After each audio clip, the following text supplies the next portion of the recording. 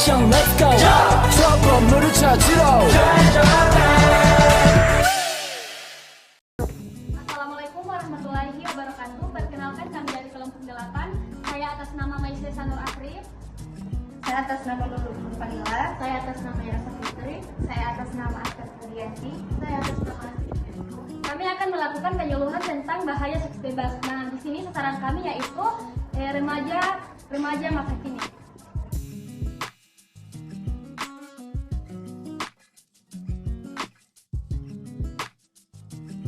Teman-teman, apakah di sini kita bisa melakukan penyuluhan kesehatan tentang seks bebas? Nah, jadi, seks bebas itu merupakan suatu perilaku yang dilakukan di luar nikah. Hal tersebut bisa terjadi karena berganti-ganti pasangan atau bisa terjadi karena tidak ada komitmen seperti cinta satu malam. Selanjutnya dijelaskan oleh teman saya. Menyebutkan dampak seks bebas itu. Jadi kalau kita seks bebas itu terjadinya seperti kehamilan yang tak diinginkan. Mengapa terjadinya kehamilan? Karena tidak memakai alat kontrasepsi atau biasa disebut kondom. Dan kedua itu infeksi menular seksual karena kita sering bergonta-ganti pasangan. Ketiga itu ketagihan atau kecanduan seperti hyper. Dan keempat itu depresi kan. Kenapa depresi setelah melakukan hubungan seksual? Karena merasa bersalah. Mungkin itu yang saya dapat sampaikan. Selanjutnya saya akan lanjutkan ke rekan saya. Kemudian di sini saya akan menjelaskan apa saja penyakit dan dampak seks bebas. Nah, adapun penyakit dari seks bebas yang pertama itu penyakit HIV.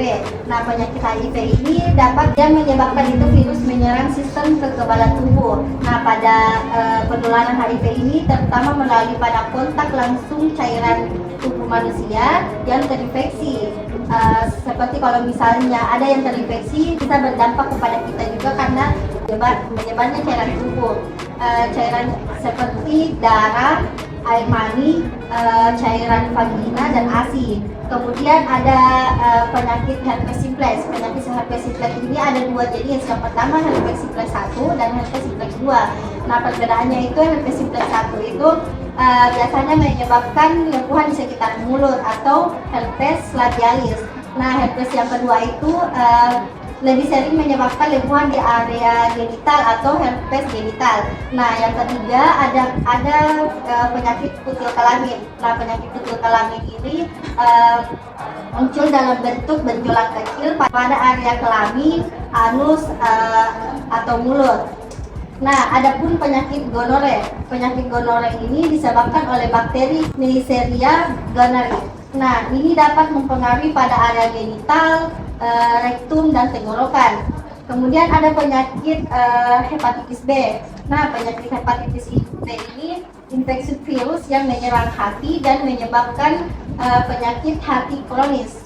Nah, ini menyebar melalui kontak langsung seperti cairan tubuh yang seperti darah, air mani, air liur atau cairan seksual dari orang yang terinfeksi. Jadi kita harus hati-hati kepada setiap orang yang terinfeksi virus. Bisa saja kita juga terkena, bisa sehat-sehat saja. Tapi kalau kita dekat dengan orang yang terinfeksi itu kita juga bisa kena. Jadi hindari menggunakan gelas yang bersamaan, sendok bersamaan atau piring bersamaan. Baik, itu saja yang bisa saya sampaikan. Dilanjutkan oleh teman saya. Baik, di sini saya akan membahas tentang faktor penyebab dari seks bebas. Ada beberapa faktor. Yang pertama itu kurangnya kasih sayang dari orang tua. Nah, orang tua itu terlalu sibuk dengan pekerjaan mereka sehingga mereka tidak memberikan perhatian kepada anak-anak mereka. Dan anak-anak mereka itu karena hal tersebut mendapatkan tekanan psikologis. Dia tidak tahu harus bercerita kepada siapa sehingga mereka memilih untuk melampiaskan kepada hal atau orang yang bisa mengurangi tekanan psikologis mereka. Entah itu hal buruk ataupun hal baik, mereka tidak peduli, asalkan bisa mengurangi tekanan pada psikologis mereka. Lalu yang kedua itu ada kurangnya pengawasan dari orang tua. Orang tua yang terlalu sibuk sehingga membuat kurangnya pengawasan dari mereka kepada anak-anak. Sehingga pada saat anak-anak pulang sekolah, mereka pergi keluyuran dan bermain, tidak tahu kemana.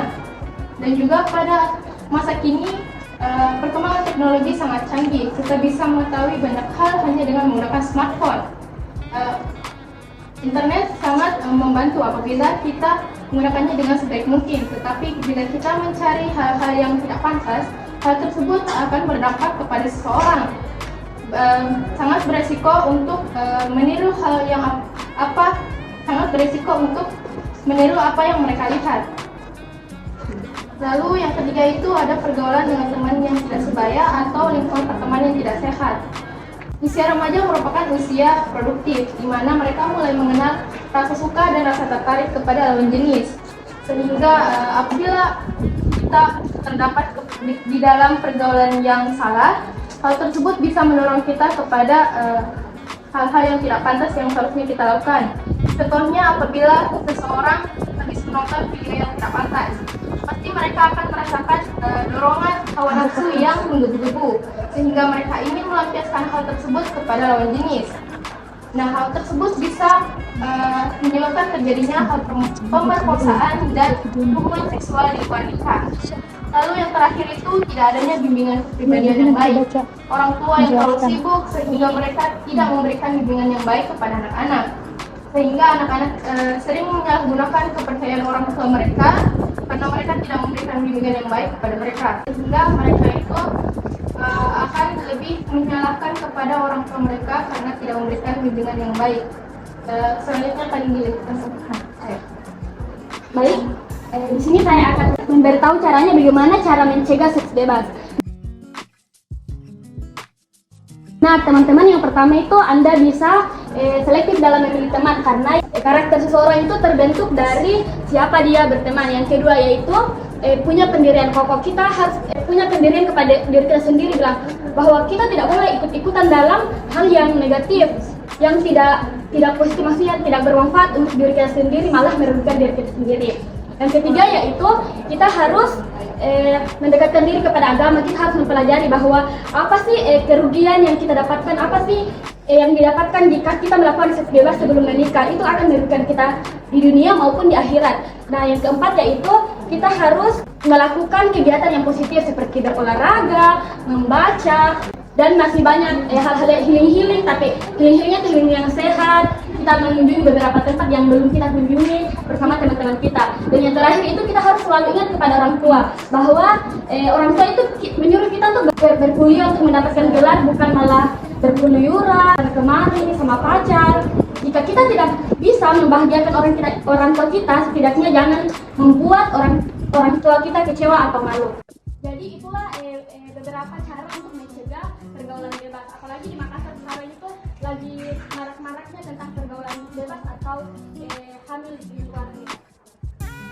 Baik, terima kasih teman-teman atas partisipasinya dalam penyuluhan ini. Maaf menyita waktunya. Baik, itulah penyuluhan yang bisa kita sampaikan tentang bahaya seks bebas.